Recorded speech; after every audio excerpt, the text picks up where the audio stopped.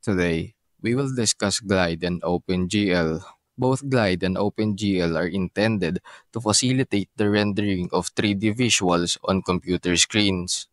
Both offer low-level access to graphics hardware, enabling developers to manage the rendering pipeline. Both include a collection of functions that developers can employ to create and modify 3D objects, textures, and rendering settings. Both were created with an emphasis on attaining high performance in 3D graphics rendering. Now let's examine the main features of these two platforms.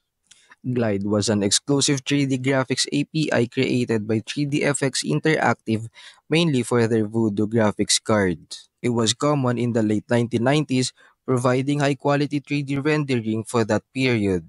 It is now viewed as outdated technology, mostly replaced by newer APIs.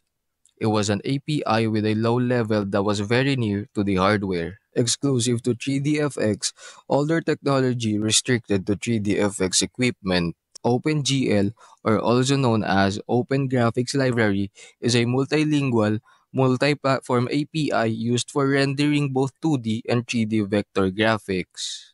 It is commonly employed standard across numerous applications such as video games, CAD programs, and scientific visualizations. It offers a consistent interface for engaging with graphics hardware. It is likewise low-level API, open standard, platform agnostic, employed in various applications. All in all, Glide was a specific hardware-dependent API from the past. OpenGL is a broad cross-platform standard that remains relevant although it is being replaced in some areas.